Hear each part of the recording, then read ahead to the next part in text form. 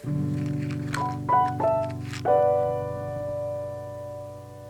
मेरो क्लासिक 350 हो होइन। मैले चाहिँ दसैँमा असोज 9 गते किनेको थिएँ। लगभग 4 महिना हुन थाल्यो। अहिले चाहिँ मैले 2500 किलोमिटर जति कुदाइसकेँ होइन। अब यसको चाहिँ पर्फर्मेन्स, यसको इन्जिनको, अब धेरै मान्छेहरूले चाहिँ इन्जिनमा अलिक खराबी छ भन्ने चाहिँ रिभ्यूहरू पनि हालिरहेको हुन्छन् होइन। मलाई चाहिँ अहिलेसम्म ठिकै लागेको छ। यसको इन्जिन त्यस्तो केही पनि खराबी भएको छैन, त्यस्तो इस्यु केही पनि आएको छैन। म चाहिँ मस्त रमाइलो गर्दाखेरि त्यो एकदम प्रयोग पनि गरेको छैन। त्यो फर्केर चलाउँदा चाहिँ मलाई राम्रै लागिरहेको छ।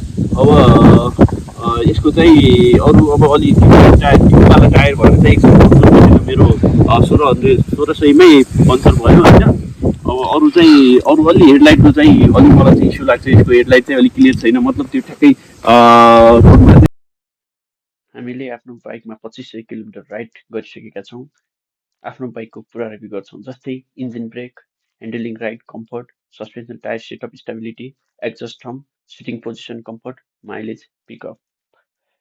350 सीसीको यो इन्जिन पावर प्रोड्युस गर्छ 20 हर्ज पावरको and 27 newton metre of top. यस इन्जिनको रिफाइनमेन्ट बवाल टप छ, जिरो भाइब्रेसन छ। 4th एन्ड 5th गियरमा हाल्दा अलिअलि भाइब्रेसन हुन्छ। अनि अब यसको इन्जिन पनि बवालै छ, बवाल लाग्छ मलाई त होइन। अनि अब यसको सिटहरू पनि बवालै लाग्छ। अब मलाई सबभन्दा धेरै यसको ट्याङ्की चाहिँ मनपर्छ। अब हेडलाइट त मनपर्ने भइहाल्यो। अनि अब यसको टेल लाइट पछाडिको पनि एकदम बवालै लाग्छ मलाई। अब सबभन्दामा यसको लुक्स चाहिँ मलाई बवालै लाग्छ, त्यही भएर किनेँ मैले होइन। मलाई सबैभन्दा मनपर्छ। मलाई अब यसको साइलेन्सर पनि मनपर्छ। मैले इन्जिनकै साइलेन्सर छ, अब यो सोरुमबाट आउने छ। अब पछि यसो 4-5 वर्ष चलाएपछि बल्ल सर्ट पन्जाब हाल्ने सोचिरहेको छु। अब फर्स्टमा त म यो ट्युबलेस टायर बनाउँछु, एलो व्हिल हाल्छु। अनि त्यसपछि चाहिँ अब अलि लङ लङ ड्राइभ पनि गर्न सक्छु। यसो टुरतिर जाँदा पनि चलाउनुपर्छ भन्ने कन्सेप्टमा चाहिँ किन्ने हो।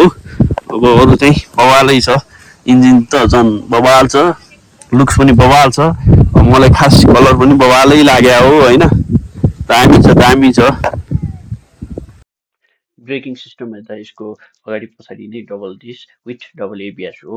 अनि ब्रेकिङ सिस्टम चाहिँ दामी नै छ, बवाल लाग्छ मलाई यसको। अनि अब माइलेजको कुरा गर्दा मलाई अराउन्ड 32 एभो नै माइलेज दिइरहेको छ। सो म ह्याप्पी नै छु त्यसमा चाहिँ।